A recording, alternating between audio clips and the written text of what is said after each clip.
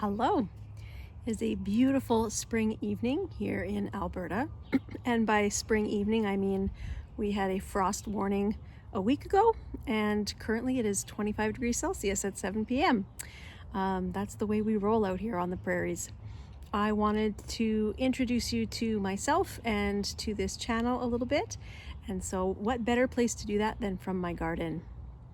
I am Gina, and my pronouns are she, her. I am a cisgender biracial woman living in the city of Edmonton, Alberta. I've been in my home since 2010. It's been a hot minute, and I've been gardening since about that time. The first summer in my house would have been 2011, and at that time I just wanted to see what I had. I had moved in the fall, and so everything was already buried under snow. And so I didn't even know what existed. And so it was such a delight the first spring and summer that I lived here to see some of the perennials come up. This house came with tulips. There were daylilies and some spirea and some other plants that still flourish in the garden, although I've moved a lot of things around.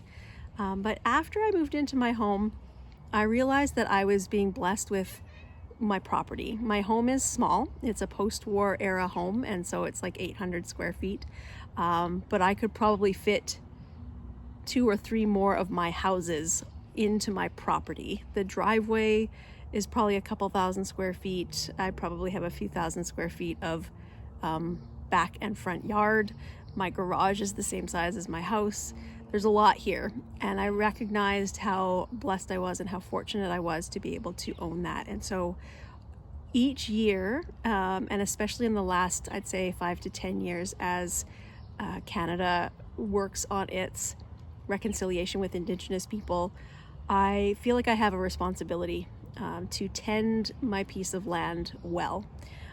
It was not mine to begin with. It was stolen by colonial settlers long before I existed.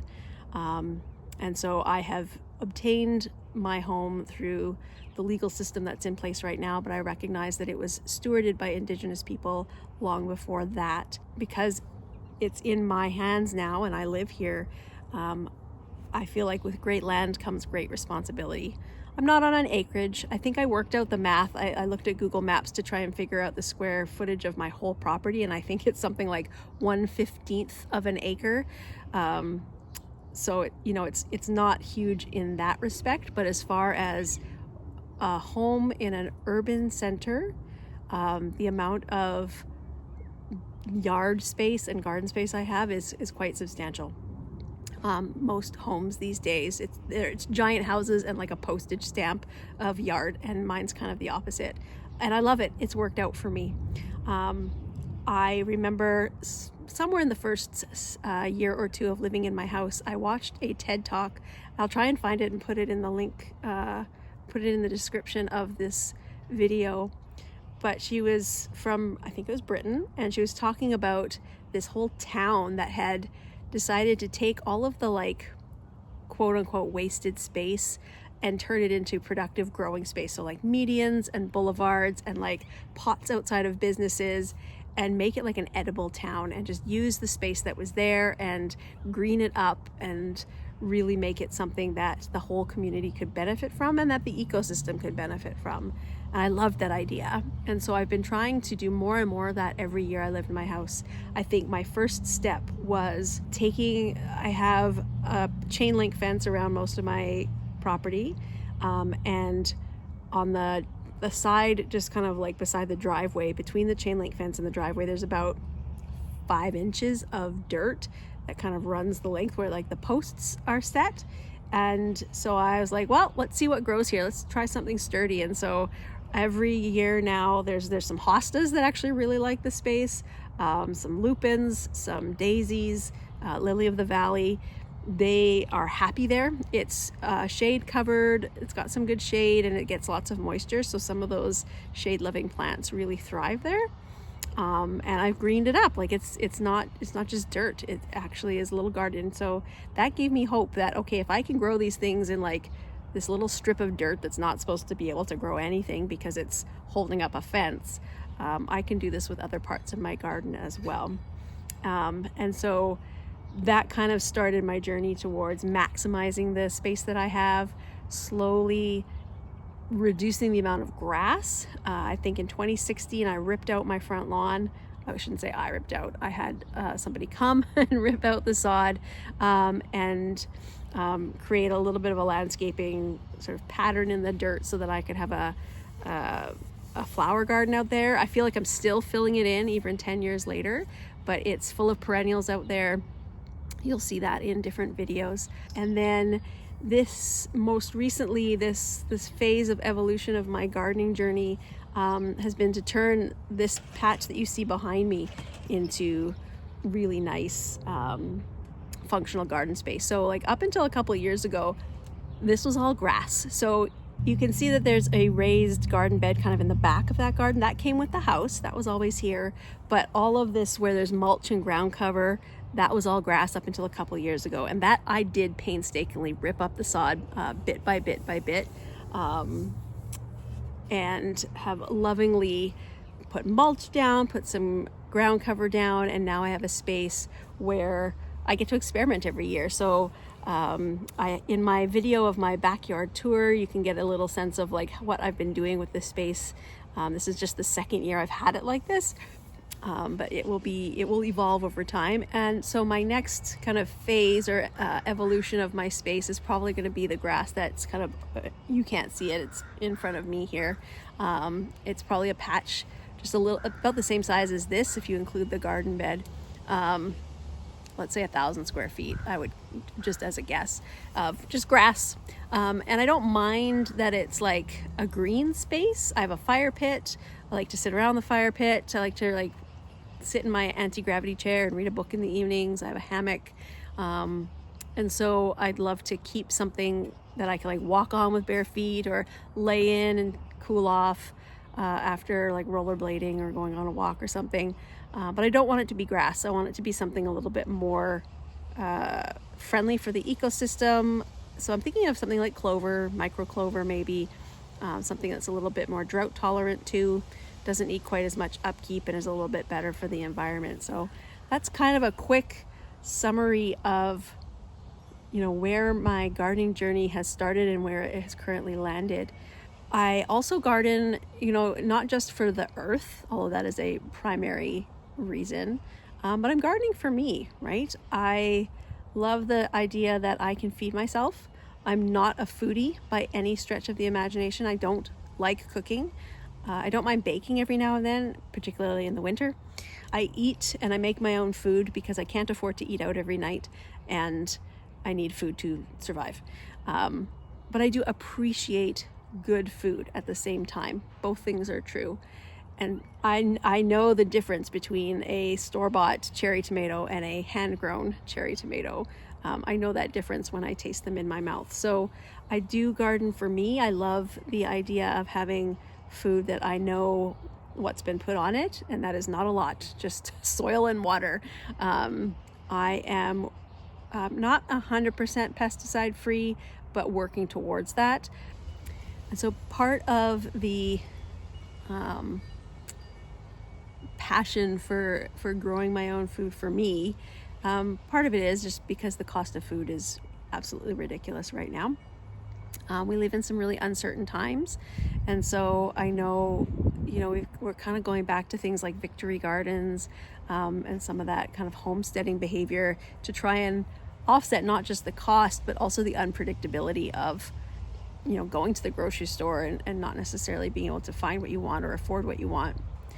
Part of it is also health related. I spent several years going through a chronic illness that to sum up was basically a scrambled nervous system, a nervous system stuck in chronic fight or flight. And so part of that is from the injuries and insults over a lifetime of living, of ingesting things like microplastics and things like preservatives and all of this other crap that we put into our foods, particularly in the 80s when I was a kid. Oh my gosh, I think Cheese Whiz, what even is that? And so that takes a toll on the body. And so I'm not someone who cares to like eat clean. I have a huge sweet tooth, and so I have no guilt or regrets or shame in popping some gummy bears every now and then, candy bars, that kind of thing. But at the same time, those, I do want those to be the exception rather than the rule. I'm not putting strict rigidity around the things I eat. That's a whole different YouTube channel that I'm not about to create. But from a health perspective, I want something more balanced, and I want the majority of my food to be healthy for sure, and free of junk, just free of junk. If I'm going to put junk in my body, I want to be able to choose that, and I want it to look like a gummy bear. Not just the everyday fruits and vegetables that I'm trying to get at the market. That there should be nothing in my tomatoes but tomato, right? If I pick up a can of like tomato paste or tomato sauce. And so, yeah, part of it is, the economic piece of growing one's own food. Part of it is the health piece. Part of it's the environmental piece, and just the satisfaction. I believe we are all creative in some way, and I don't think that's just limited to like art. You could be creative working on cars. You could be creative in the play that you do with your children. You can be creative in the way you take care of animals. You could be creative in developing PowerPoints for your work. There's all sorts of ways to be creative, and I think gardening is a way to be creative, right? I am creatively arranging flowers in pots. I am creatively arranging the garden to look pretty and also function in a way that's good for bugs and allows things to grow side by side that really enjoy growing side by side. There's a creative process to that. And so the science more and more tells us that having creative pursuits and being able to express ourselves is kind of an antidote to stress. It helps our bodies complete a stress cycle when we can be creative, when we can move our bodies. And so being in the garden certainly allows for that. Being in the garden is a quick way to be in nature if I can't get to like nature. And so it's for my mental health as much as my physical health.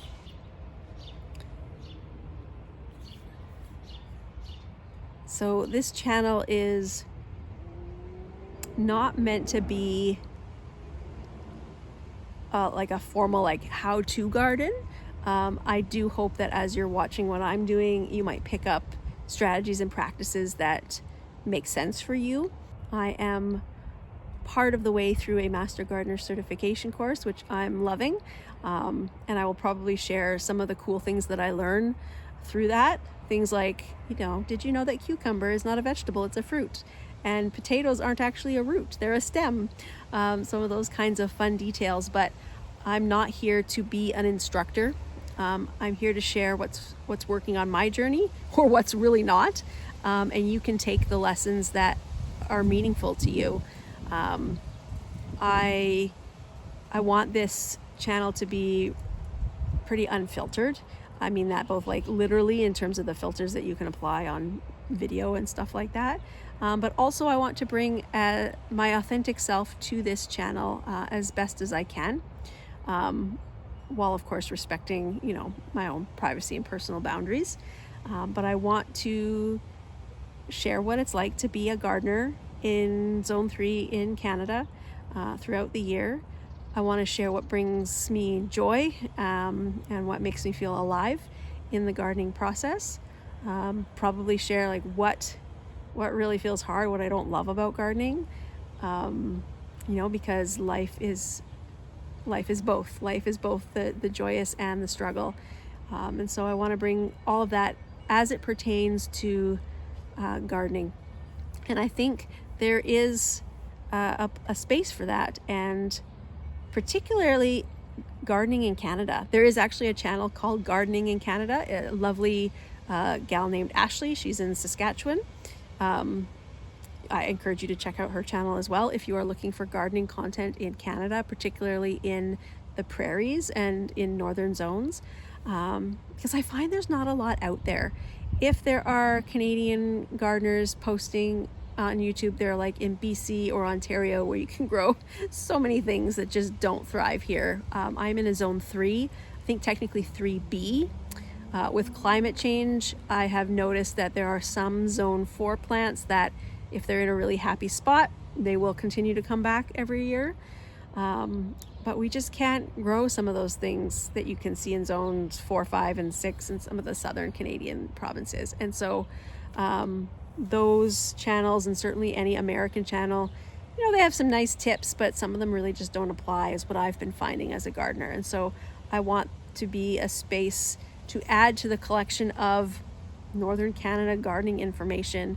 The Gardening in Canada channel can do the how-to.